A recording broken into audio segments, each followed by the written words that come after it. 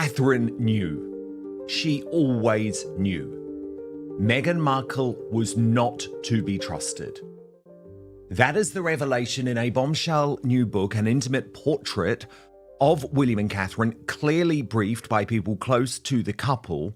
And for the first time, we're starting to realise in some detail that actually the Princess of Wales was very astute when it came to picking up on the fact that her new sister-in-law was not what she made out. Now, I'm going to get into the details of this Russell Myers expose, but let me tell you, I've always been aware of this because, remember, I was the first back in 2018 to report the fact that it was Catherine and Meghan who had fallen out over the way that Meghan was speaking to staff at Kensington Palace. But this book is very interesting because of the fact that Russell Myers, the royal editor of the Daily Mirror, retains a place in the royal rota. This briefing is coming officially, in my opinion. And there's lots of interesting detail and colour that we're going to get to, like the fact that he's just revealed Queen Elizabeth II staged a vital intervention to save William and Catherine's romance after their heartbreaking split. And what about the fact that Prince Harry's claim Prince William physically assaulted him in a heated row was massively overblown? And of course, a cheap shot as well.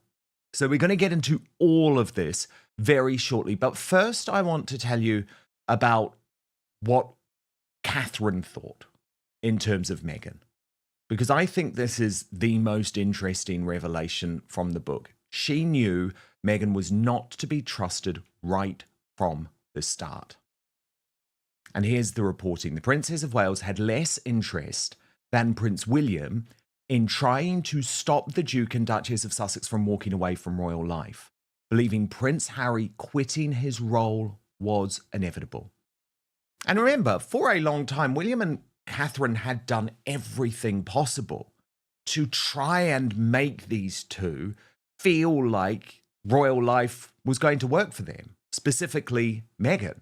And before Meghan was on the scene, Catherine was incredibly close to Harry. But where I think Catherine particularly worked out what was going on, and what I have always reported, is that Meghan didn't want it to work. Meghan came into the royal family looking for issues, and Catherine was one of the first to spot that. So despite the Prince of Wales being intensely saddened at his younger brother's decision to leave the royal family, the Princess, Catherine, was less interested in attempting to persuade Harry and Meghan to stay, it could be revealed. In further revelations, the future Queen eventually realised she could do no more to bring the brothers together, despite previously being a voice of reason throughout the disintegration of their relationship. But following Harry and Meghan's wedding, she and William, so this is when William had very much come on board and was backing what his wife was thinking, felt the Sussexes had an agenda with their behaviour more than just being difficult. And this is where I think Catherine was totally spot on. She knew that this was not just difficult behaviour for the sake of being difficult. This was difficult behaviour to line up what would go on and happen. For Meghan to start piecing together how the Oprah Winfrey interview would look, how the TV tell-all documentary would look. And it was twisted. And I think Catherine was very right to say, just let them go. And I'm also very pleased to see William's team. And as I say, I do believe a lot of this briefing is coming formally from Kensington Palace to Russell Myers, because, you know, I always like to take you inside the background of how the royal rota works and how all of this works. And just trust me on this, Russell Myers cannot bite the hand that feeds him. He has to work with Kensington Palace every day. That's in some ways what makes this book interesting, knowing that the briefing is at least in part coming officially from Kensington Palace. And that's why I'm particularly interested on what was definitely the most egregious claim in Spare, that Prince Harry physically attacked William in a heated row, now being questioned by insiders. About time. I say. Sources close to Prince William now questioning Harry's claim his brother physically assaulted him in that heated row. William has always remained silent on the claims, but in William and Catherine, The Intimate Inside Story, that is the title of the book, I should say that. It's not out yet, but will be soon, currently being serialised in Russell's newspaper, The Daily Mirror. A source says it was a cheap shot from Harry to present such an argument. Tensions were running very high, and yes, there certainly were crosswords exchanged that on reflection were regrettable. So there you see William actually conceding, yep, there was a fight, but the prince is adamant there was no physical violence. And I just want to ask you this question. Who do you trust on this? Who do you trust? Do you trust Harry and Meghan, whose version of events has been proven to be a tissue of lies time and again? Or do you trust William, who has actually now waited years to finally say, this was just balderdash. I didn't hit him. And if you look back at William and Harry's track record, who's the violent one? Who's the one that used to beat up their own security? Who's the one that had to be physically restrained at nightclubs? It's not Harry. Sorry, it is Harry. It's not William. In Spare, Harry accuses William, this is according to Russell Myers, of peddling the tabloid narrative about Meghan, which led to the tense argument. But a source included in the book says that staff had been ground down by the Sussexes and adds, it wasn't peddling a tabloid narrative to stick up for staff that were deeply unhappy to the point of walking away or having their mental health being affected. Here, finally, someone said it. Because you'll remember that Harry actually admitted in Spare that he would sometimes walk into the office of Kensington Palace and see the staff, the members of the now infamous Sussex Survivors Club, in tears. But what he could never do is look to the fact that actually those tears were being sparked by the behaviour of him and actually more primarily the behaviour of his wife. And to say that is a tabloid narrative is bullshit. Harry has admitted it. And it comes back to that very first story I wrote. And that's actually what makes me happy about this book. Okay, Russell Myers, maybe you're 8 years too late, but at least we got there eventually. Because I was determined to go on the record with the fact that Catherine had called out Meghan's behaviour. And it wasn't about small things. It wasn't about the fact she didn't want to give Meghan her lip gloss.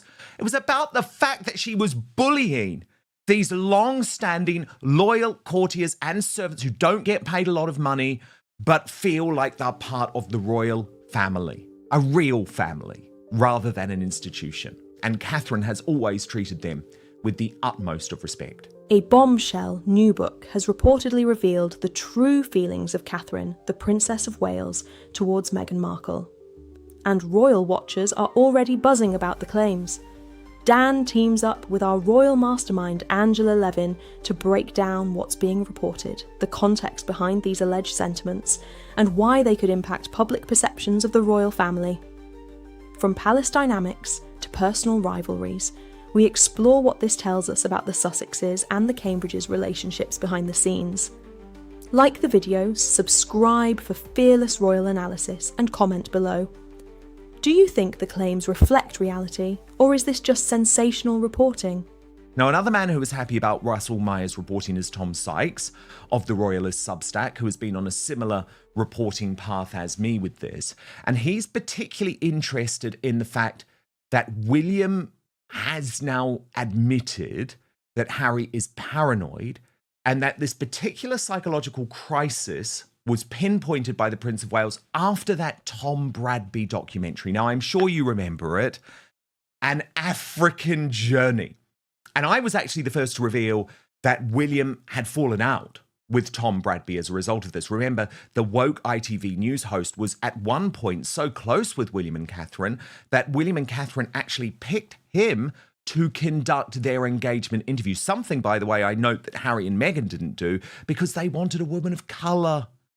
So they didn't care about loyalty, they cared about optics and identity politics. And it was in that picture that we just saw, of course, where Tom Bradby uttered that infamous question, "Are you okay?" And Meghan responded, even though she was surrounded by poverty, the worst types of poverty in southern Africa, yet she was always thinking of herself, and she responded saying, "Oh, yeah, I'm just so glad you asked. No one asks if I'm okay." Yes, they do. It's all they ever did. But anyway, this was the moment where Harry really turned.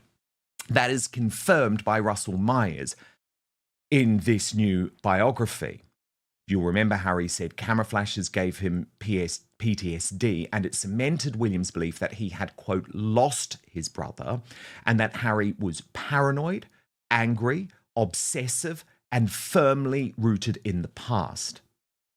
William's assessment makes it clear, I would argue, that William sees Harry's rupture with the family not as the inevitable outcome of some historic injustice, but partly as a petulant choice, and partly as the expression of a mental health crisis and breakdown.